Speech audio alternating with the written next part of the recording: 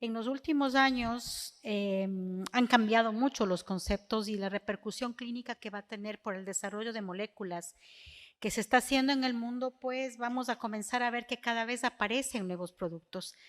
Hace rato decía el doctor Hernández, pues no ha habido muchas moléculas, pero las moléculas van a venir desde el punto de vista que ahora conocemos, que más allá de lo que era simplemente el conocimiento del hipotálamo, tenemos otros neuropéptidos que ya se van a llamar neurohormonas por su mecanismo de acción, entre los que encontramos un grupo que se llaman las RF-amidas y que tienen una huella a través de las varias especies, que es una huella en los aminoácidos arginina, fenilalanina, en el carbono terminal, e incluyen unos neuropéptidos de los cuales los más importantes son la quispeptina, la hormona inhibidora de GN, es decir, de las gonadotropinas, la dinorfina y la neuroquinina B. Todas estas vamos a tocarles ahora en un abrebocas para que ustedes se interesen porque es un tema espectacular. Sabemos mucho sobre lo que significan los núcleos preópticos, paraventricular, supraóptico, que están relacionados con la producción de GNRH, que es lo que nosotros conocíamos y hasta donde sabíamos, y sabíamos muy bien de lo que significa el, ¿cuál es? Este es el puntero de lo que significa el sistema porta hipotálamo hipofisario que nosotros habíamos conocido desde la escuela de medicina. Pero resulta que desde hace unos aproximadamente 20 años se identifica una neurohormona, digamos, un neuropéptido que se llama quispeptina.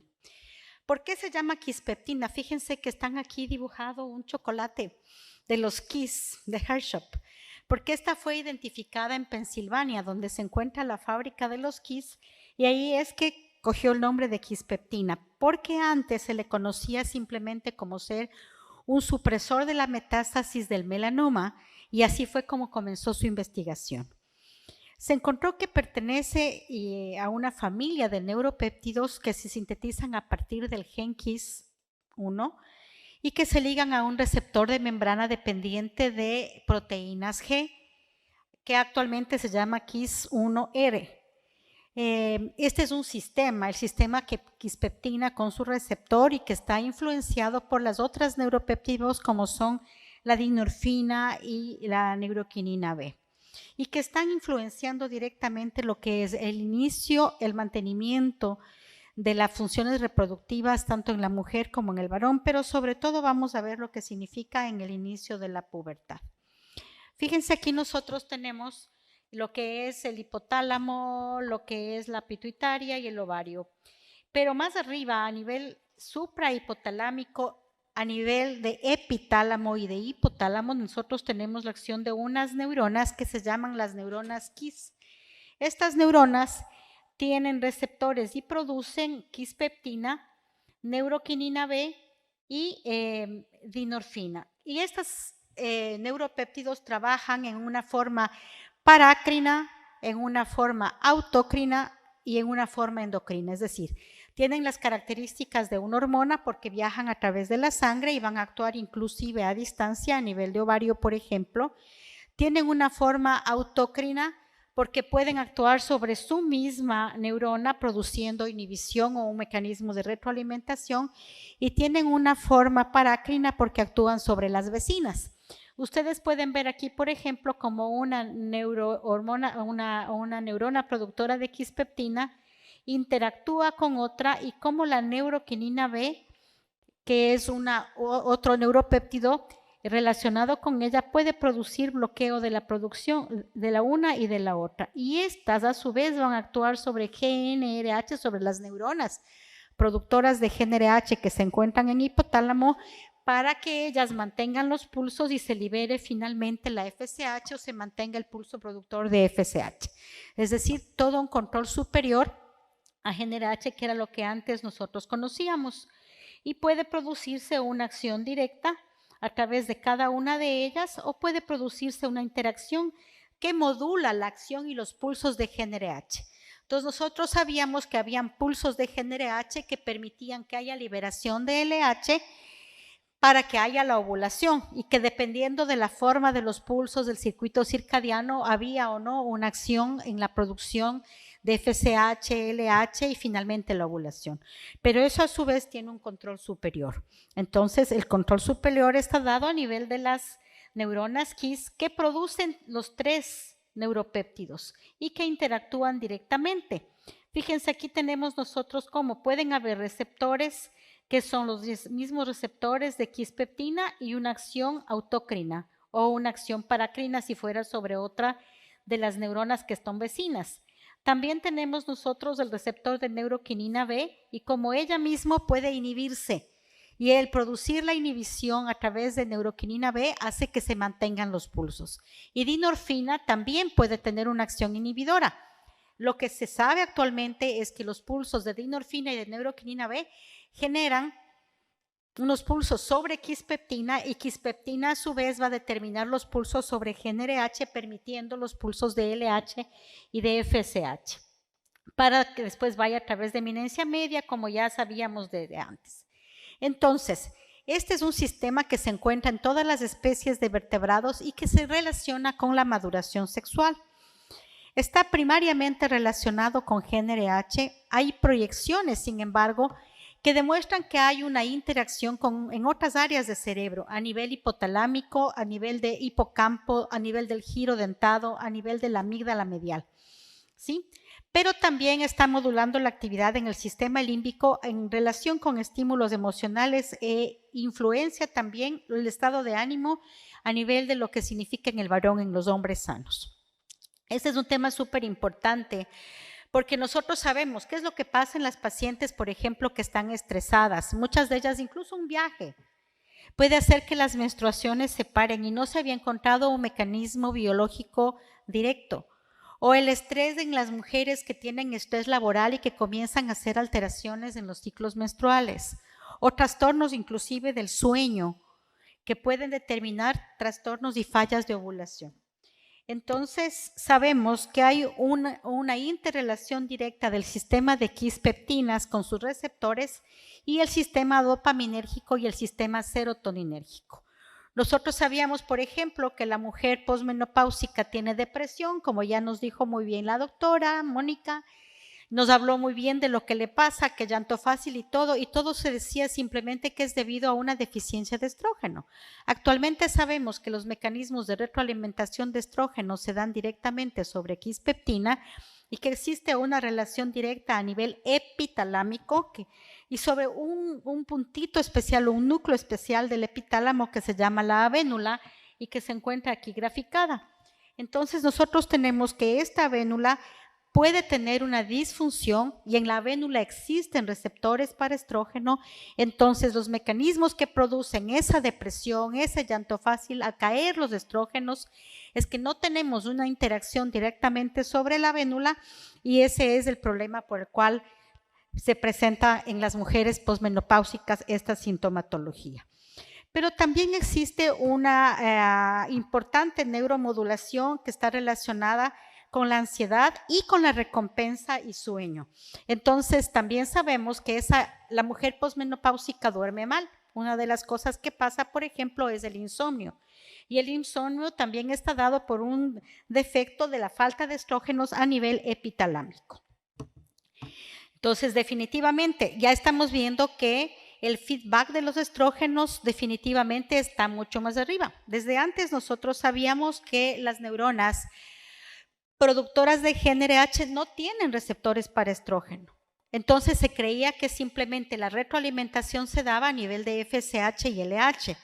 Ahora sabemos que no, que va mucho más arriba y que va a nivel de centros nerviosos superiores y que además hay otros temas. Por ejemplo, hay una relación directa con la grasa corporal a través de la leptina. Las neuronas Kiss tienen receptores de leptina. ¿Se acuerdan ustedes que las niñas prepúberes primero tienen que ganar peso, tienen que estar gorditas para después comenzar a menstruar? Ese inicio de la menstruación se relaciona con la ganancia de peso y con la producción de leptina, que es una de las hormonas de la grasa corporal. Esa leptina alcanza concentraciones adecuadas, llega a los receptores que se encuentran a nivel de las neuronas Kiss y determina los pulsos de quispeptina que a su vez van a estimular a GnRH para que se puedan producir las primeras menstruaciones. Y además se producen mecanismos de retroalimentación con el apetito. Esto está demostrado durante los ciclos menstruales normales, en las fases, por ejemplo, de caída de estrógenos, fase premenstrual, que muchas mujeres comienzan a tener más hambre y comienzan a estimularse. Ese aumento del estímulo, comen más y hacen que se produzcan nuevos pulsos de quispeptina para el siguiente ciclo. Ahora, ya sabemos qué es lo que pasa con quispeptina, dónde se produce, cuáles son sus funciones, pero vamos a ver ahora cómo están actuando. Quispeptina actúa a través de receptores de proteínas G, es decir, a través de receptores de membrana. Vamos a entender este dibujo. Aquí tenemos a quispeptina y aquí tenemos el receptor, que es un receptor de membrana, esta es la membrana. Y luego tenemos nosotros todo lo que son las moléculas que son parte de las proteínas G, esta es proteína G, y que están simplemente acopladas con el receptor.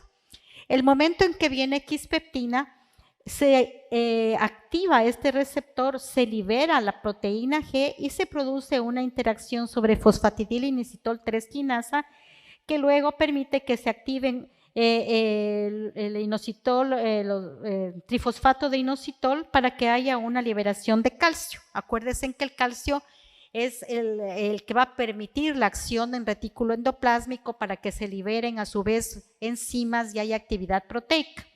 Por otro lado, hay una apertura de los canales de lo que son cationes y hay una entrada de potasio. ¿Y a través de quién? Del diacilglicerol. Este es el mecanismo sobre el cual van a actuar los receptores de quispeptina. Aquí vamos a ver un ejemplo un poquito, avanzando un poquito más. Este sería el receptor inactivo con las proteínas G y todos los componentes asociados al receptor. Viene quispeptina, activa el receptor y se activan varias vías. La una es la vía que habíamos señalado ahorita para que se produzca calcio en retículo endoplásmico, ¿sí? Pero existen otras vías también que son directamente algunas que van a hacer que se active fosfatidiliinositol 3 quinasa, que es definitivamente una sustancia que va a favorecer la transcripción. Esta actúa a nivel del núcleo celular activando la transcripción de proteínas. Todo esto pasa a nivel de las neuronas productoras de GnRH. Y también tenemos nosotros una acción directa sobre la quinasa dependiente de los estímulos extracelulares que van a favorecer también esta acción. Entonces hay una interacción con el factor nuclear kappa beta, una interacción con las metaloproteinasas y tenemos nosotros que se potencia, es decir, una molécula de quispeptina va a permitir que se produzca una potenciación y una amplificación de la señal. Todas estas conducen a través del núcleo a la síntesis de GnRH y a través de lo que son los canales de calcio y el retículo endoplásmico a la liberación de la GnRH que ya estaba previamente generada, que se había producido anteriormente. ¿Quién le controla a quispeptina? Alguien le tiene que controlar. El control va directamente desde varias vías. Nosotros tenemos a nivel del sistema nervioso central lo que habíamos hablado, estímulos como luz, estrés, el peso corporal a través de lo que significa la leptina, las glándulas suprarrenales con los corticoides también, la melatonina a través de lo que significan luz-oscuridad, pero es muy importante la interacción de los esteroides sexuales. Los estrógenos y las progestinas ejercen su acción directamente sobre las células de quispeptina, no sobre GnRH, parcialmente sobre las neuronas productoras de FSH y de LH, pero lo otro es lo más directo. Y luego tenemos entonces que al controlar a las neuronas productoras de quispeptina viene el control directo sobre lo que significa la producción y la liberación de GnRH por parte de las neuronas que las producen. Es importante saber que el inicio de la vida sexual y reproductiva, de la pubertad y de las primeras menstruaciones se debe justamente a un equilibrio que tiene que darse y a un balance en todas estas otras factores que son capaces de controlar a las neuronas productoras de quispeptina. Es decir, Aquí es en donde la parte metabólica periférica va a permitir que las funciones reproductivas se mantengan. Y también es a este nivel en donde las chicas anoréxicas, por ejemplo, bloquean completamente la producción de los ciclos ovulares, que es lo que nosotros conocemos. Es importantísima entonces la interacción de leptina, de la grasa periférica, con quispeptina. Acá vemos en cambio lo que pasa con el GABA, que es un neurotransmisor inhibidor, y la acción sobre glutamato, que tienen una acción también directa que favorece o retarda la liberación de la quispeptina. Perdón. Si hacemos un resumen, vamos a ver, por ejemplo, los mecanismos de retroalimentación. Nosotros tenemos aquí en el ovario y aquí en el testículo los mecanismos de retroalimentación de las hormonas que se van a dar a nivel de las neuronas Kiss. Se sabe que existen muchísimas más neuronas Kiss en la mujer que en el varón. El varón no necesita pulsos permanentes de él como nosotros para poder tener las ovulaciones cíclicas. El varón tiene producción continua de espermatozoides. Nosotras tenemos que hacer una ovulación cada mes, ¿sí? Pero es interesante, por ejemplo, que la expresión de quispeptina en la vida fetal está relacionada con la presencia de testosterona a nivel de los núcleos paraventriculares y anteroventrales. ¿Qué significa todo esto? Se ha hablado, por ejemplo, de que el cerebro de mujer o de varón se debe a un imprinting que se da en la vida fetal y que depende de la concentración de andrógenos que se encuentren presentes e incluso en la sangre materna, en las mujeres que tienen ovario poliquístico, por ejemplo, y pueden determinar que sus hijas también tengan y que puedan tener un imprinting de andrógenos que va a determinar que ellas tengan después el mismo patrón menstrual. Y eso se debe al imprinting que se da a nivel de las neuronas Kiss por presencia de los andrógenos en la mujer. Entonces, el dimorfismo sexual cerebral está relacionado con la cantidad de testosterona que ven en la madre y a su vez que actúan sobre las neuronas Kiss. Entonces, es muy importante que eso se da ya desde la vida fetal. Aquí tenemos nosotros solo el resumen para que ustedes recuerden la interacción que habíamos dicho a nivel del núcleo preóptico. Luego tenemos la interacción con dinorfina, con neuroquinina B y luego básicamente sobre las neuronas productoras de GnRH. Parte de la respuesta de la GnRH a las quispeptinas es mediada por las neuronas GABAérgicas y glutamaérgicas, como nosotros habíamos dicho, y que van a incrementarse por la presencia del estradiol. La quispeptina incrementa el influjo inhibitorio de GABA sobre las neuronas de GnRH durante la retroalimentación negativa mediada por estradiol. Y la retroalimentación de estrógenos a nivel de hipotálamo, insisto, no se hace sobre GnRH, sino sobre quispeptina. La mayoría de las neuronas Kiss tienen receptores para estrógenos de tipo alfa, en un 90%. Tienen una menor cantidad de receptores para andrógenos y una cantidad intermedia, digamos, para los receptores de progesterona. Entonces, retroalimentación básicamente por estrógenos. Pero quispeptina es una hormona más que un neuropéptido y es que así va a ser clasificada porque tiene una acción periférica a nivel de ovario. ¿Qué es lo que hace quispeptina en el ovario? Se han identificado receptores de quispeptina a nivel de las células de la granulosa, a nivel de la teca y a nivel del ovocito. También se han identificado en troprobasto, también se han identificado en el útero y se encuentran tanto los genes productores de las proteínas Kiss como del receptor Kiss1 en todos estos tejidos. Entonces hay una acción endocrina, pero también hay una acción parácrina, porque si yo encuentro genes productores de Kiss en esos tejidos, quiere decir que no solo el cerebro es capaz de producir quispeptina, sino que también se produce quispeptina a nivel ovárico. Y esta sería lo que permite y favorece la implantación, es decir, intervienen a nivel central, intervienen a nivel periférico, favoreciendo también la ovulación, la maduración ovocitaria, pero también intervienen en el desarrollo del trofoblasto y en la implantación. Entonces, aquí podemos ver nosotros cómo las células de la granulosa pueden estar influenciadas por las neuronas Kiss. Las de la teca también, y estas influencian todo lo que significa la acción ovocitaria a través de lo que son los receptores de tirosina quinasa, los factores neurotrópicos de tirosina quinasa.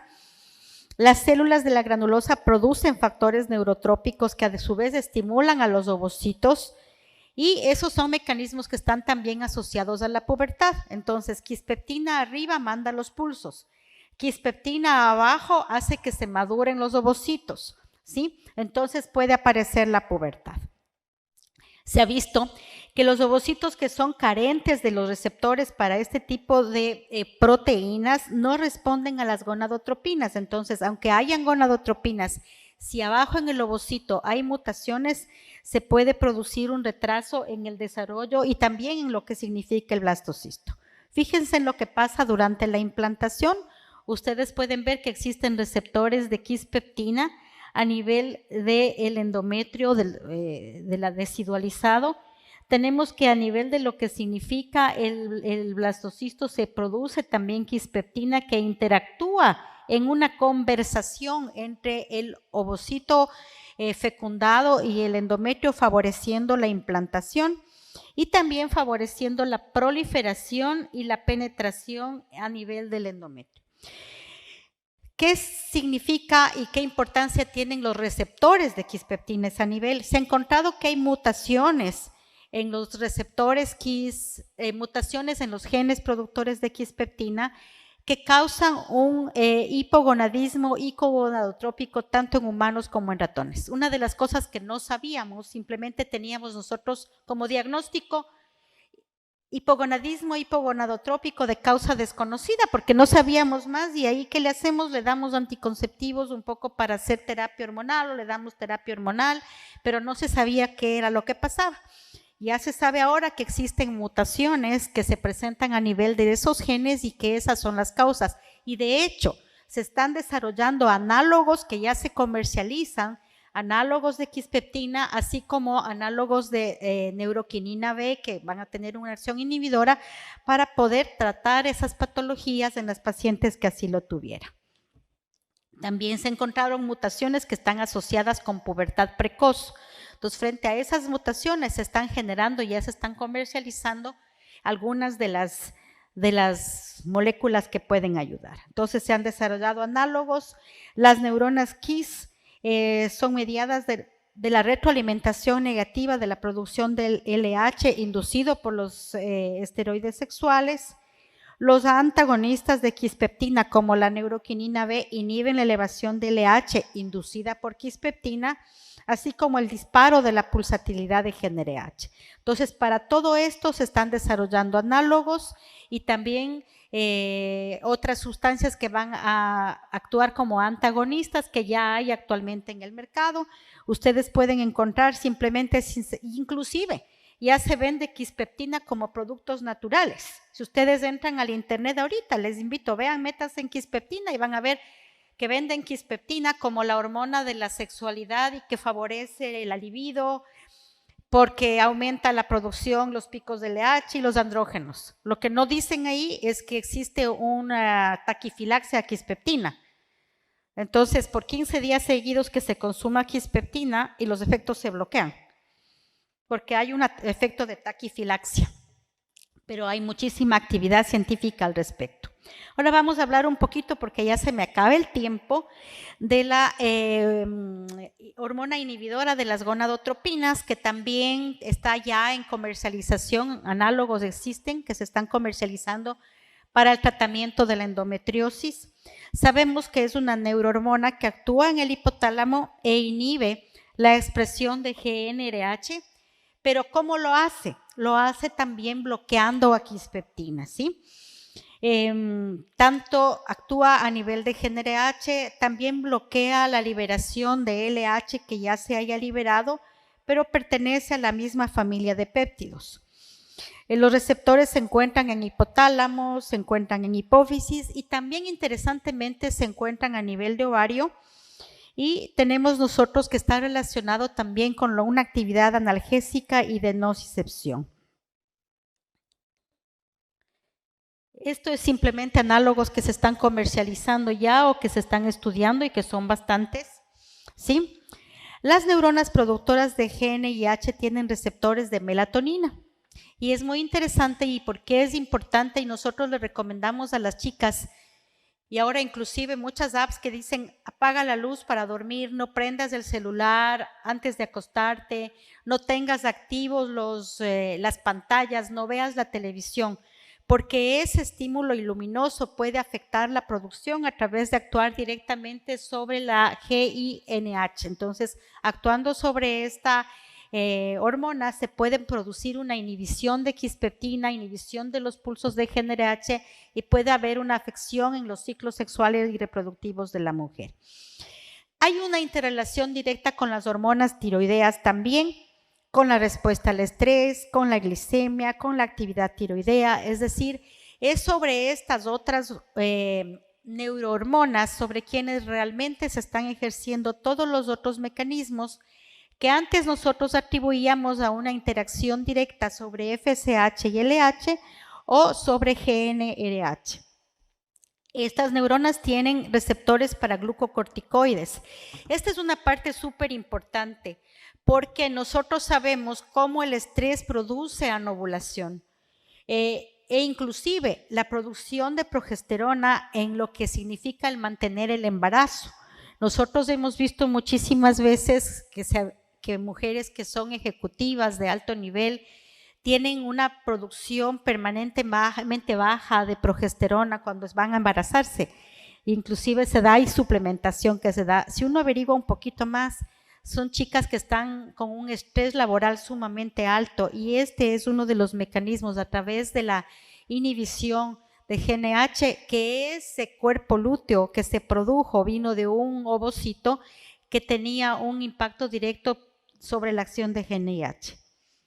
Aquí tenemos simplemente lo que significa el incremento del estrógeno, que es lo que hace una disminución de GNIH. Esta actúa sobre GnRH con el pico del LH bloqueado, incrementa, por otro lado puede haber un incremento de la función reproductiva y miren cómo el estrés produce un incremento de GNIH, disminución de GnRH, disminución de la conducta reproductiva, porque también está relacionada con la conducta, inclusive de coqueteo. Ahora se sabe que por ahí es por donde nos vienen las ganas del coqueteo. Entonces, fíjense, y todo eso favoreciendo el embarazo o la fertilidad. Aquí vemos una interacción ya un poco más profunda sobre lo que significa las neuronas de GnRH, las inhibidoras de GnRH, fíjense con los receptores y fíjense cómo hay una interacción a nivel de las KIS, cómo se produce por parte de estas neuronas una inhibición de las neuronas KIS. Entonces son las KIS las que a su vez van a generar la inhibición directa y los mecanismos de retroalimentación con ellas. También las gónadas son una fuente de la síntesis de la hormona inhibidora de gonadotropinas con una acción autocrina y paracrina, disminuyen la producción de estrógenos y testosterona en los ovarios y en los testículos, aunque estos ya hubieran estado estimulados por FSH y LH. Es decir, puede haber un bloqueo local, podemos nosotros tener valores, y son esas las pacientes que uno dice, bueno, ¿qué es lo que pasa? Le hago unas dosificaciones hormonales en sangre y están bien. Entonces, ahorita no tenemos las herramientas, pero ya están comenzando a investigarse, hay muchísima investigación en el tema y están comenzando a también venderse, sobre todo en lo que es el tratamiento de endometriosis, análogos de la hormona inhibidora de GnRH. Aquí estamos hablando un poco de los ciclos que ya habíamos dicho de luz y oscuridad, no voy a insistir en el tema. Hay algunos modelos que se han propuesto sobre cuáles son las rutas que van a controlarlo y que están definitivamente sobre quispeptina. La hormona inhibidora está relacionada con la madurez sexual, inhibe la secreción de gonadotropinas en las niñas, entonces nosotros no sabíamos bien por qué las niñas no menstruaban. ¿Por qué no menstruan? Porque la producción de GNIH es mucho más alta. Si nosotros hacemos una medición en niñas, va a ser mucho más alta que la que se encuentra en las mujeres que ya comenzaron a menstruar y va a tener una fluctuación. Entonces hay una supresión de la actividad del eje antes de la pubertad. Hay una interrelación directa también con las neuronas que son productoras de propio-melanocortina, de oxitocina, de las orexinas, de la melanina, y también estimulan la captación de alimento. Vamos a hacer un resumen. Entonces, nosotros tenemos que el sistema neuroendocrino reproductivo, como lo describiríamos actualmente, partiría a nivel central de quispeptina, la misma que puede estar inhibida y controlada por la hormona inhibidora de gonadotropinas.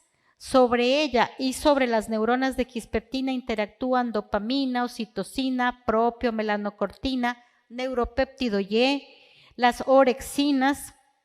Sobre quispeptina nosotros tendríamos la acción de lo que habíamos hablado, que sería de leptina, de los estrógenos, de los corticoides directamente, de las hormonas tiroideas que no están aquí mencionadas. Todas ellas actúan directamente sobre las neuronas productoras de GnRH que no tienen receptores para nada, y ellas van a permitir, a través de la pulsación de los pulsos que se van dando, una acción directa sobre la pituitaria para que se produzcan los ciclos que nosotros conocemos. También es importante la formación de los neuroestrógenos, que van a tener una acción a nivel del cerebro medio en lo que es la liberación de GnRH. GnRH entonces tiene un importante potencial que ya se está viendo en la inhibición de las gonadotropinas y hormonas esteroideas. Se está usando, ya se comercializan en los Estados Unidos asociado con estrógenos y con un anticonceptivo para el tratamiento de la endometriosis desde hace aproximadamente 3 años. Existe la alternativa y hay estudios publicados en el tratamiento de la miomatosis uterina, en el varón en la hiperplasia prostática benigna y también en el cáncer de mama. Se encuentra que existiría un potencial también como anticonceptivo, que es el tema de nuestro congreso. Y tenemos las otras dos, que por tiempo no las vamos sino a mencionar brevemente, neuroquinina B y dinorfina, que básicamente actúan sobre las neuronas de quispeptina y son aquellas que generan también la retroalimentación. Para los temas de anticoncepción, sabemos que la retroalimentación negativa generada por progesterona se da básicamente a nivel de dinorfina, es decir, mucho más arriba de lo que nosotros estábamos pensando, y con la supresión consecuente de los pulsos de LH. Entonces, el control central de la producción de GnRH y todo lo que se viene como cascada después tiene dos grandes reguladores, que son quispeptina como activador y GnRH como inhibidor. Que hay una regulación autocrina de los pulsos de GnRH dada por neuroquinina B y dinorfina sobre las quispeptinas y sobre GnRH, ¿sí? Hay una acción endocrina y paracrina a nivel periférico, es decir, son hormonas que no actúan solo como neuropéptidos, sino como neurohormonas a nivel periférico. Son mediadores de los efectos en la función reproductiva desde todo punto de vista, inclusive relacionado con los cambios de peso corporal. Se los está relacionando incluso con el aumento de peso que se ve en la premenopausia y en la posmenopausia. Están relacionadas con el estrés, básicamente a través de propio melanocortina. Y hay un siguiente sistema de control que está dado por neuroquinina B y por dinorfina, sobre los cuales se ejercen los mecanismos de retroalimentación. Están relacionadas con el desarrollo de la pubertad, del mantenimiento de los ciclos sexuales reproductivos, y existen fármacos que ya se están comercializando y que esperamos que vengan tan pronto como sea posible a América Latina, porque eso nos va a permitir un poco nuevos conceptos en el manejo de nuestras pacientes. Muchas gracias.